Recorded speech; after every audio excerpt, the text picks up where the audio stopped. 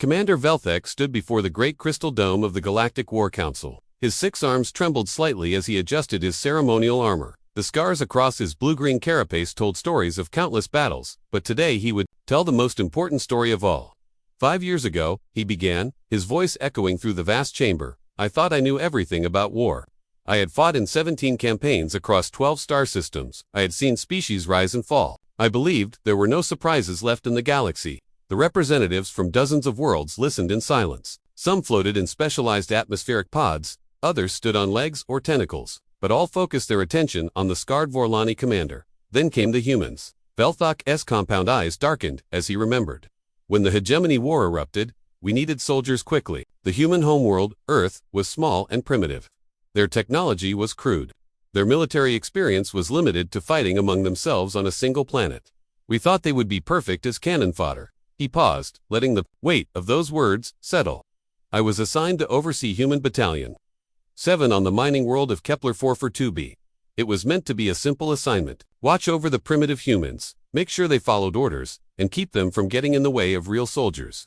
The first human transport ship arrived on a Tuesday. Velthek remembered the date because it was the day his understanding of warfare began to crumble. Captain Kim Ji-woo was their commanding officer, he continued. She was small, even by human standards. Maybe 5 feet tall, in their measurement system, but when she looked at you, it felt like staring into the heart of a star. There was something burning behind her eyes that I had never seen before. The humans had been assigned to guard the mining facility's outer perimeter. It was dangerous work but simple enough for inexperienced troops. The first surprise came within hours of their deployment. Their equipment was failing, Velthak explained. The plasma rifles we gave them couldn't function properly in the planet's dense atmosphere. Standard procedure would be to request new weapons and wait for supply ships to arrive. That could take weeks. Instead, the humans did something unprecedented. They modified their weapons. Sergeant Lee Do-John, their engineer, took apart a mining laser and somehow integrated its focusing crystal into their rifles. Within 6 hours, they had weapons that worked better than our standard issue equipment. When I asked Captain Kim how they knew to do this, she said, we adapt or we die. It's what humans do. The second surprise came 3 days later during a routine patrol. The planet's unstable geology caused frequent earthquakes, and the prefabricated shelters kept collapsing. Most species would simply rebuild the same structures and hope for the best. The humans studied the earthquake patterns, Velthek said. They watched how the local animals built their nests. They used materials from the mining operation to create shelters that bent with the tremors instead of breaking. When I asked Private Choi Hannah why she cared so much about making better shelters, she said, because people live in them. But it was the third surprise that truly shook him. During a Kreshtar raiding party attack, a young Vorlani warrior named Zikton was hit by enemy fire. He fell in the open ground between the human positions and the mining facility, badly wounded but still alive. Standard military doctrine was clear. Do not risk multiple lives for one casualty. Medic Kong Sujin looked at the wounded Vorlani, then at the enemy fire, then back at me, Velthek remembered. She said, Sir, I'm going to get him. I ordered her to stay in position. She looked me straight in the eyes and said, with respect, Sir, that's not happening. Before Velthek could stop her, the human medic sprinted across 50 meters of open ground under heavy enemy fire. She reached the wounded Vorlani, stabilized his injuries, and somehow managed to drag him back to safety. Both of them survived. Later, I asked her why she disobeyed orders to save one of my people, Velthek told the council. She had known Zikton for less than a week. They barely spoke the same language. Her answer changed everything I thought I knew about warfare. The human medic had looked at him with those strange, warm eyes that humans possessed and said simply, he's one of ours now. One of ours, Velthek repeated to the council. Not one of ours, by species, or by planet, or by politics. One of ours because they had served together. Because they had shared meals and told stories and faced danger side by side. In less than a week, this human had formed a bond with my warrior that was stronger than centuries of military tradition. That was when Velthek began to understand that humanity's greatest weapon was not their adaptability or their technology. It was their capacity to extend their loyalty beyond their own kind. They could form pack bonds with anyone, anywhere, at any time. Within a month, the humans had every species in the battalion working together like a single organism. He concluded, they shared their food, their knowledge, their jokes, and their hope. They made us believe we were fighting for something bigger than duty or orders. They made us believe we were fighting for each other. The council chamber remained silent as Velthek's words echoed in the vast space. He had witnessed the birth of something unprecedented in galactic history, a military unit that fought not for conquest or survival, but for love. The siege of Titan Station began on a cold morning in the Vega system. Commander Velthik stood on the observation deck, watching three massive Kreshtar battle fleets surround their supply depot like predators circling wounded prey. The enemy had brought enough firepower to level a small moon. Standard evacuation protocol is in effect, announced Admiral Morgith over the communication system. All personnel prepare for immediate withdrawal. Velthik nodded grimly. It was the sensible choice. Titan Station held critical supplies for 17 star systems, but no supply depot was worth the lives it would cost to defend against such overwhelming odds. The mathematics of warfare were simple and brutal. That was when Captain Park Minho requested a meeting. The human tactical officer stood barely as tall as Velthik's shoulder, but he carried himself with quiet confidence. His dark eyes studied the tactical displays with the intensity of a hunter examining tracks. "Sir, we'd like to propose an alternative to evacuation," Park said calmly. Velthik's mandibles clicked in amusement. "Captain, those are 3 full battle fleets. We have 1 undermanned station and a handful of patrol ships. What could you possibly suggest?" Park smiled, and Velthik would later realize that human smile should have been his first warning. "Guerrilla warfare, sir, but in space." The concept violated every principle of space combat. Fleets fought in formation. Ships maintained communication and coordination. You met your enemy with organized force, not chaos. What the humans suggested was military madness. "We turn the station into a maze," Park explained, gesturing at the holographic display. "Use the cargo bays, maintenance tunnels, and service corridors as our battlefield. Make them come to us on our terms." Within hours, the transformation began. Sergeant Choi Hanna led teams through the station's maintenance network, placing improvised explosives that would channel enemy boarding parties into predetermined kill zones. The explosives were made from mining charges and fusion batteries. Rigged with timing devices cobbled together from entertainment systems, the humans had turned shopping into weapons manufacturing. Velthik observed with amazement. They used food preparation areas as ammunition factories and converted recreational facilities into command posts. Meanwhile, Private Yuan Jisoo convinced the Zeltharian defenders to abandon their traditional phalanx formations. The proud warrior species had fought in organized ranks for 3,000 years, but somehow this young human persuaded them to break into small hunting packs of 3 or 4 fighters. She told them stories, Velthik remembered. Human stories about wolves and lions and creatures I had never heard of. She made them understand that sometimes the pack hunts better when it splits apart. The most remarkable change involved the station's diverse population. Titan Station housed workers from 17 different species, each with their own military traditions and prejudices. The Vorlani favored defensive positions. The Kethril preferred frontal assaults. The Sea relied on technological superiority. They had never cooperated effectively. The humans changed that in a matter of days. Corporal Song Minna organized cross-species teams, pairing warriors based on complementary abilities rather than racial similarity. She put Vorlani shield bearers with Kethril assault specialists. She paired Cyloni technicians with human engineers. Most importantly, she made them eat together. Every meal became a strategy session, Velthik explained. The humans shared their food, which was surprisingly palatable, and encouraged everyone to share ideas. Before long, we had Zeltharian warriors discussing tactics with Cyloni scientists as if they were old friends. The siege began on the 18th day. Kreshtar boarding pods breached the station's outer hull, like metal insects burrowing into flesh. The defenders were ready. The first wave of enemy soldiers found themselves in a nightmare maze. Corridors that should have led to vital systems instead opened onto empty chambers. Passages that appeared undefended suddenly erupted, with crossfire from hidden positions. The station had become a living trap. The humans had studied every enemy boarding action in recorded history, Velthik noted. They understood that invaders always follow predictable patterns. So they broke those patterns. For 11 days, the siege continued. The defenders survived on minimal rations and almost no sleep, but somehow their morale remained high. The humans sang strange songs during bombardments, turning even the darkest moments into opportunities for unity. Private Kim Doyon organized what they called story circles, Velthik remembered.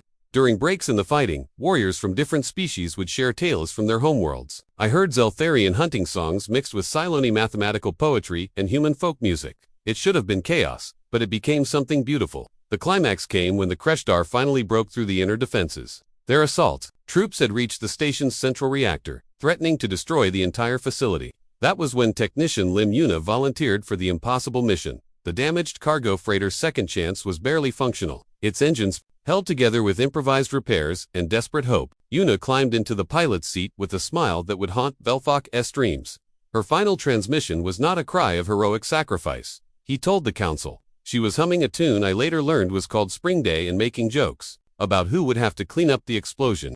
She died the way humans seem to do everything, with laughter in the face of the impossible. The freighter's impact destroyed the enemy flagship, breaking their formation and their will to continue the siege. But Velthok realized they had won something far more dangerous than a tactical victory. They had learned to hope. The warning came at dawn on Proxima Station. Long-range sensors detected 3 massive Krekstar armadas approaching through hyperspace. Their combined fleet strength enough to crack planets. Commander Velthak stood in the command center of the Joint Defense Fleet, watching the tactical displays with growing dread.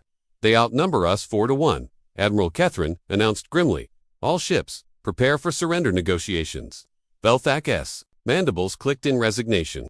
The mathematics were simple and brutal. Their small defense fleet consisted of 2 heavy cruisers, 6 destroyers, and a handful of patrol boats. Against 3 full enemy armadas, resistance would be suicide.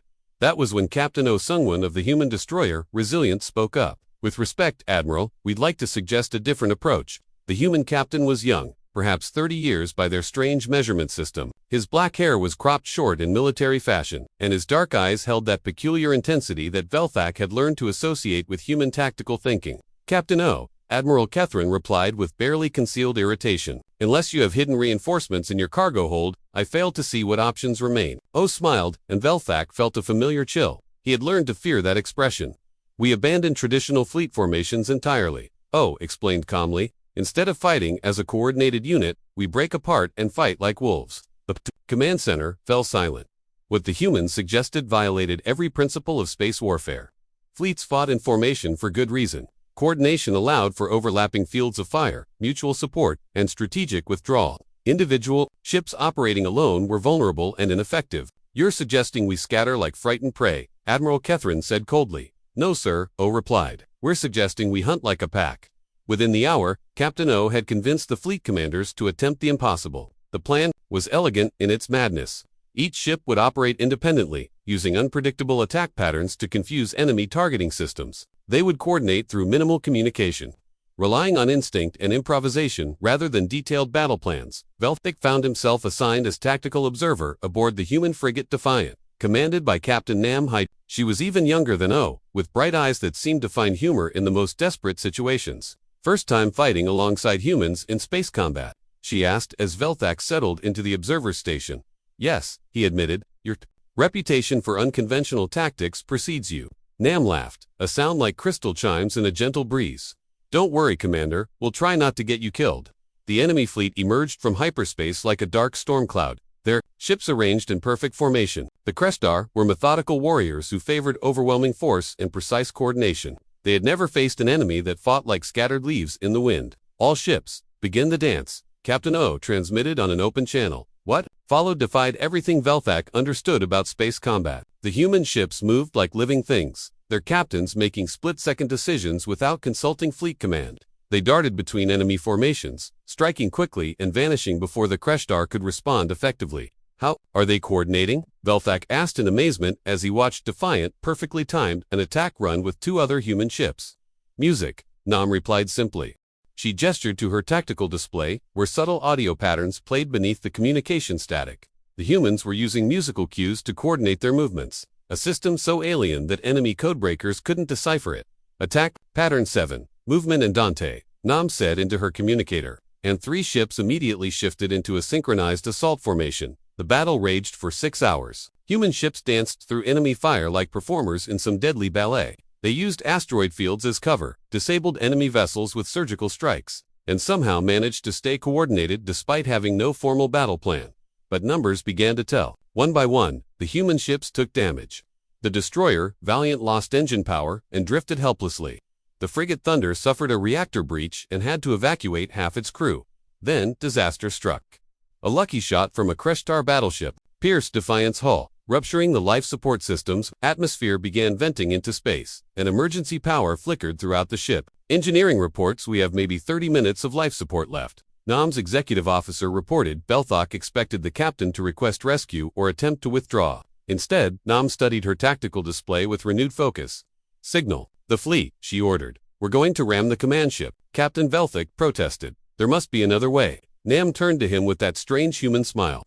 "Commander, sometimes the best way to win is to make the enemy afraid of what you're willing to lose." She opened a communication channel to the entire fleet and began to sing. The song was old and haunting. something called Ararong that spoke of mountains and sorrow and hope that endured beyond death. Her voice carried across the void as Defiant accelerated toward the enemy. Flagship 17 other human ships followed her lead. Captains with damaged vessels and depleted weapons turned their ships into guided missiles. They sang as they died, their voices creating a harmony that chilled the void itself. The sight of ships willingly destroying themselves broke something fundamental in the Kreshtar psyche. These were not desperate enemies making final stands. These were warriors who had turned death itself into a weapon. The enemy fleet retreated, not because they were defeated, but because they could not comprehend an enemy that grew more dangerous. When cornered, Velthak survived, rescued from Defiant's wreckage by a human patrol ship. As he watched the enemy disappear into hyperspace, he realized humanity had introduced something new and terrifying to galactic warfare.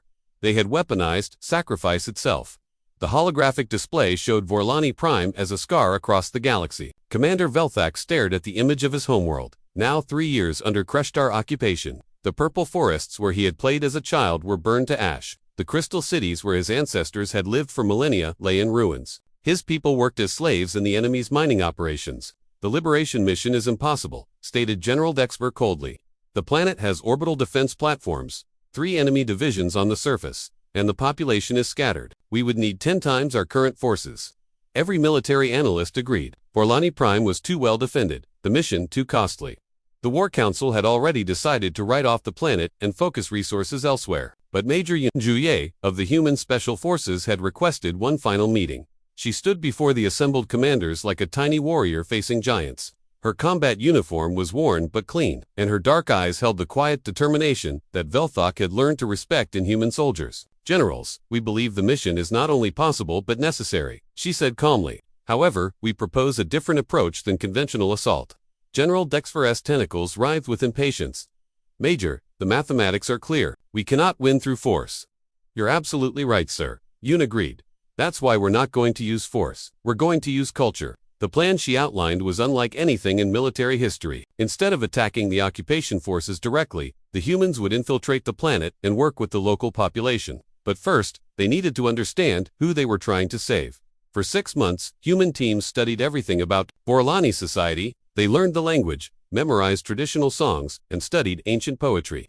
Captain Kim Aaron spent weeks with Velthak, learning about Vorlani family structures and social customs. She asked me about our children's games. Velthak remembered, about the lullabies we sing and the stories we tell. When I asked why this mattered for a military mission, she said, "How can we protect your people if we don't understand what makes them beautiful?" The infiltration began on a night when both of Vorlani Prime's moons were dark. Small human teams descended through the planet's atmosphere using stealth pods, landing in remote areas far from enemy patrols. They carried no heavy weapons, only basic supplies and an impossible amount of determination.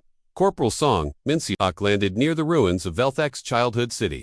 Within days, he had made contact with Vorlani refugees hiding in the underground tunnel systems. But instead of immediately organizing resistance cells, he did something unprecedented. He taught the children human games. The children were afraid of everything. Velthak explained to the council. 3 years of occupation had broken their spirits. They barely spoke, barely played, barely remembered how to be young. Song sat with them for hours, showing them simple games from Earth, rock, paper, scissors, cat's cradle with string, songs with clapping patterns. Slowly, carefully, Song gained the trust of the refugee families. He learned their names, shared his rations, and listened to their stories of loss and fear. When they finally asked if he was there to start a war, he shook his head. "I'm here to end one," he told them in perfect Vorlani. The resistance that formed was unlike any military organization in galactic history. Instead of focusing on weapons and tactics, the human advisors emphasized hope and community. They organized secret schools where Vorlani children could learn their own history. They established hidden medical clinics where Dr. Park Yunji treated the sick and injured. Dr. Park was remarkable, Velthak continued.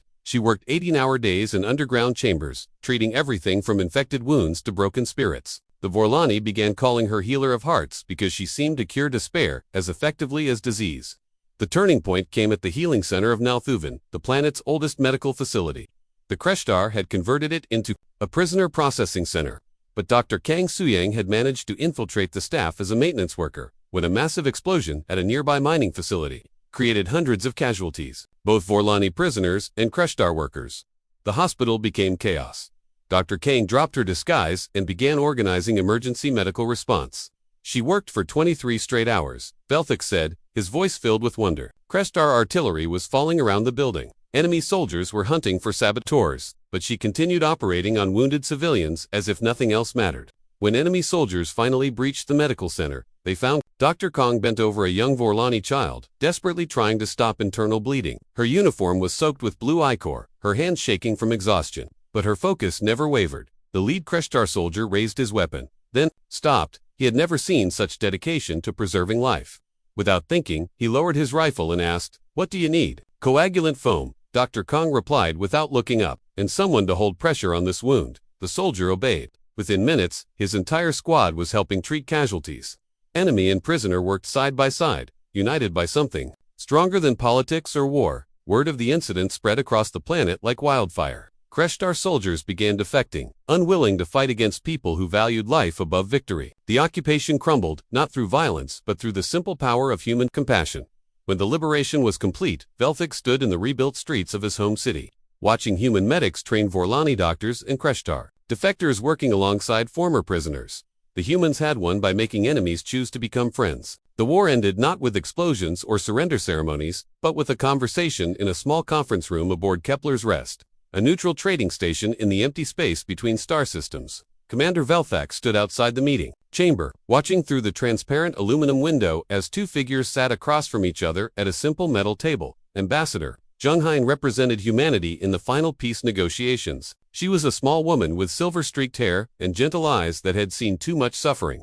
Across from her sat Warlord Dekshin, supreme commander of the Kreshtar forces, his massive form encased in ceremonial battle armor that bore the scars of 100 conflicts. "The mathematics are simple," Dekshin rumbled in his deep voice. "My fleets remain largely intact. My homeworlds are unconquered. Yet here I sit, discussing surrender terms. Explain this to me." Zheng smiled softly, the same expression Velthak had learned to associate with human tactical thinking. "You're not surrendering, Warlord. You're choosing to join something better." The Kreshtar leaders for arms tensed with confusion. In 3 centuries of warfare, he had never encountered a victor who offered partnership instead of domination. His species understood strength and weakness, conquest and defeat. They did not understand forgiveness. "Your people defeated my forces, not through superior numbers or advanced technology," Dekshin continued, "but through methods that defy all military logic. You made my own soldiers turn against me. You convinced my warriors to lay down their weapons and tend to enemy wounded."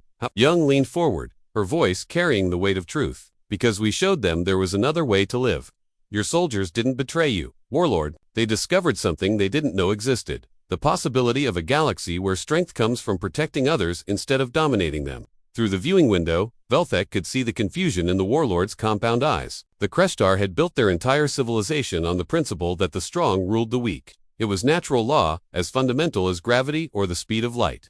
Yet somehow, the humans had convinced his people to abandon this truth. At the healing center of Nalthuven, Zheng said quietly, "Your soldier Kethmer helped save 17 Vorlani children. When we asked him why, he said it felt more like victory than any battle he had ever won. That's when we knew this war was already over." Velthak remembered that incident well. The human doctor had worked tirelessly to save lives while enemy artillery fell around her. But it was the Kreshtar soldier's transformation that truly marked the turning point.